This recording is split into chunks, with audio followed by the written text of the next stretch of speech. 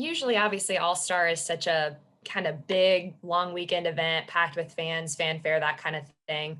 What are your thoughts on this year's game being kind of tamped down a little bit, playing in front of, I guess, about 1,500 people tonight and just the different restrictions y'all are under?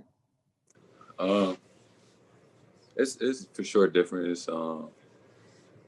But I think they're just trying to be as safe as they possibly can while still, hosting the All-Star game. And I'm curious to see how it's going to look. We got all the events happening today. It's a lot different than how it was last year. But, nonetheless, grateful to be an All-Star for the second year in a row and, try to enjoy it as much as we can. Next question, Jayson, is from Valencia King. Good morning, Jayson. Thank you for your time today and congratulations on All-Star. I know that you've always been prideful in giving back in the community and being involved in the community. Can you talk about who instilled that attitude of giving back into you, and as a parent, how you would do so? It was my mom kind of instilled that in me, and it was just, the environment and where I grew up in St. Louis. And I always just told myself that, when the opportunity came, when I, became successful and made it, that, I would want to give back and help out as many people and kids from St. Louis to reach and chase their dreams like I was. So, I've always kind of thought like that from a young age. Next up is Joe Barton. Hey, Jayson, good to see you. So you're on a team with Kyrie and Zion tonight. So you've got the Duke triumvirate going. And so I wanted to ask, who do you think is the best Duke player ever? And I don't mean the most successful player at Duke, but who's the best player to come from Duke?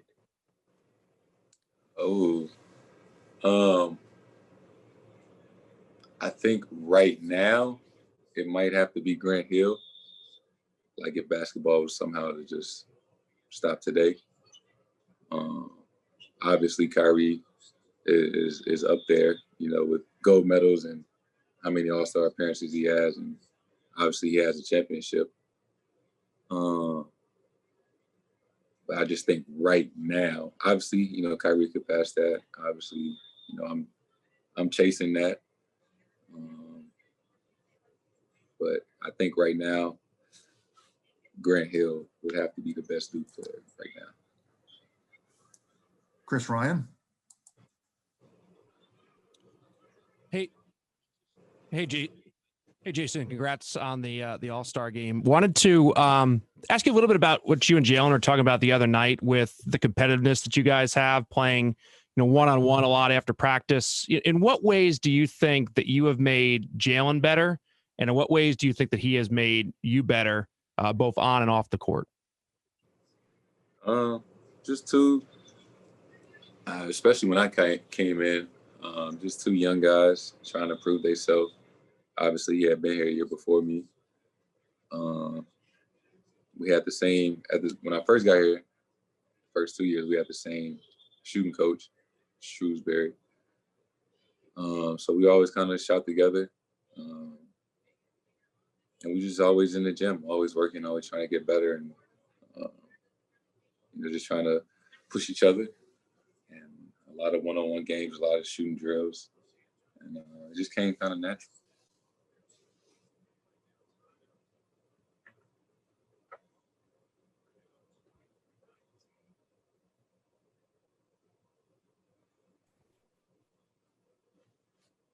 Hello, Jayson.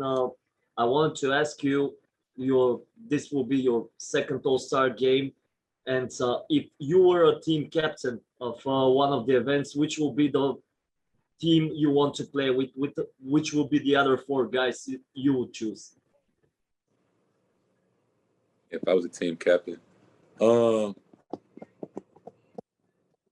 LeBron, Steph, JB, Brad, Bill. Next question is from David Chinelato. Hey, Jason, Davide from Italy. Looking at your career in the NBA, which is the thing you're most proud of, and what kind of level do you think you can reach going on? For me, I don't put a ceiling on it. I think first and foremost, I want to be a champion. I think that's why you play, is to reach the highest level. That's to win a championship. So I believe that, if that's what you aim for, and that's what that's the goal, the ultimate goal, then I think all the other individual accolades will take care of itself. So, first and foremost, just championship is the main number one priority, and everything else will take care of itself. Gary Washburn. What's up, Jason? You talk a lot, and your relationship close with your mom has been well chronicled. You talk a lot, but your dad was coached against you in high school. He kind of was the guy who kind of helped you get to a certain level. How has your success influenced him? What does he think about it? And how has being a father kind of change your relationship with your father when now you are a father yourself? Yeah, my dad, he was the first person to, he played basketball at St. Louis University, played overseas for a few years, and, kind of put the ball in my hand at a very young age, and, coached me and worked me out all the way up until probably about 8th grade. And basketball-wise, as tough as a parent can be on their kid, as you could imagine, many a times where, I wanted to quit playing basketball because, he didn't make it fun for me. He was so tough. And, as I got older, I realized that, he just saw the potential in me, even at a young age. And he just felt like, being that tough would push me. And it did. Because oftentimes I would, work out, or I would, play in a sense of, to kind of prove him wrong, because he would kind of tell me what I could and couldn't do, just to kind of get under my skin and push my buttons. So for a long time, everything I did was kind of to prove him wrong. And, that was part of our relationship. And now I would say since I got to college, he's become more of a fan. And I think our relationship has gotten a lot better because of that. But, he was just doing, what he thought was best, and it worked. It definitely pushed me, to really, really love basketball. Taylor Snow. Hey, Jason, Jaylen said the other day how you better not try to guard him tonight. And I know that defense isn't typically a point of emphasis in the All-Star game, but do you think you'll be defending him with a little extra intensity tonight if given the chance? I didn't play JB so much in practice and in one-on-one that, I'm sure if we're on the court at the same time, I'm sure, it might happen. But I was thinking about guarding somebody else just because we play each other so much. But if it does happen, I know all of his moves. I know what he's going to do. So I ain't going to let him score. John Corrales.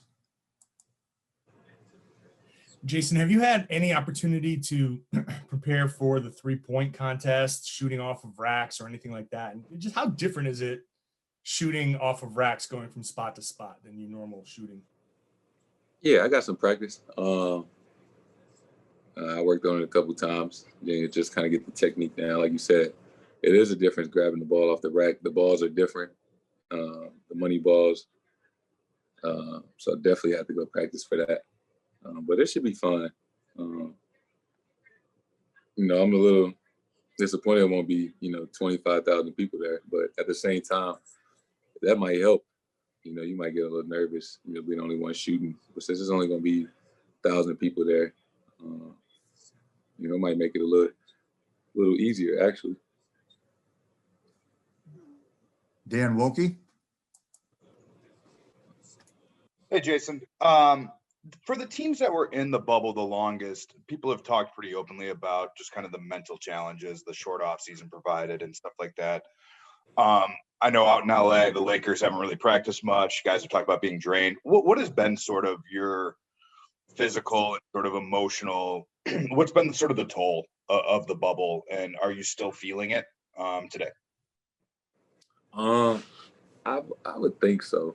The bubble, as much as I enjoyed it, as much as the NBA did a great job, it was a lot. I think we were there for 80 days or something of that nature, and just the mental toll, and obviously going deep into the playoffs.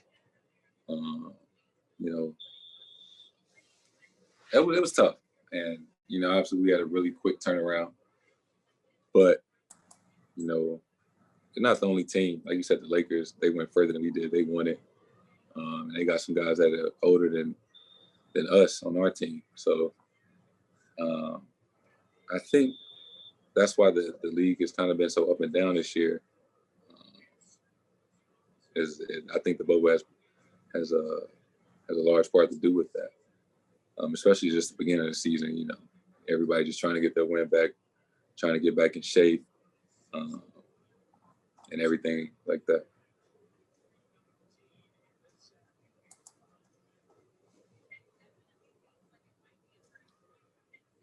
Dan Roach.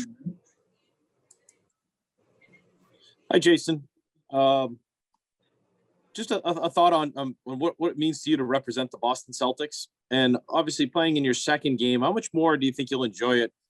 Because a lot of times athletes will say their heads are on a swivel that first game, kind of like trying to get a sense of what it's all about and kind of stargazing and everything else. How much are you just going to try to, with all that you've been through personally and as a team, enjoy the experience of tonight? Yeah, I remember last year when I woke up that morning, I was nervous because it was all surreal to me. It was new, and you still get excited. Like, I'm still excited about today, but I know what to expect a little bit more. I won't be nearly as nervous. I'll be a lot more relaxed. I only had 6 points last time, so I think I'm just trying to score more each year. So hopefully I can get more than 6 points today. Last couple questions. Jason Smalls. What's going on, Jayson? Congrats on All-Star. This All-Star game is in dedication to HBCUs, and I am a student HBCU journalist from Bennett College. So my question is, if you could restart your college career over again, what HBCU would you go to and why? That's a great question. It would be two schools in mind.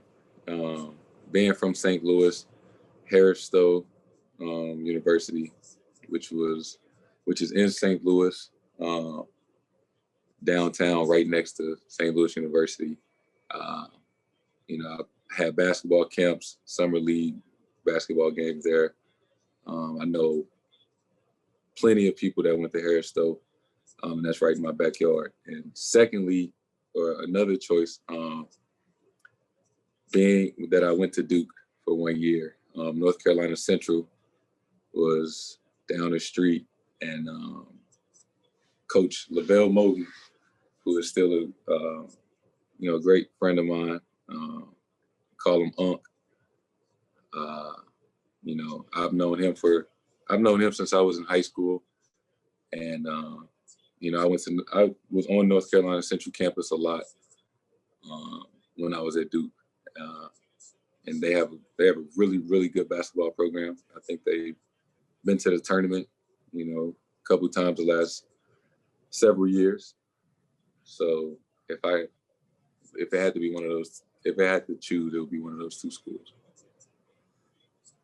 Final question for you, Jayson, is from Tom Westerholm. Hey, Jayson, I know we've asked you about this a bunch, but just as someone who's experienced COVID and kind of the after effects of it, Just curious, like how confident you feel about tonight's game, especially in light of the news about Embiid and Simmons not being able to play. Yeah, I did see that, and I think that's just kind of where we're at. As much as precaution the NBA takes and as many rules and safety protocols that are in place, we do know that some things you just can't control,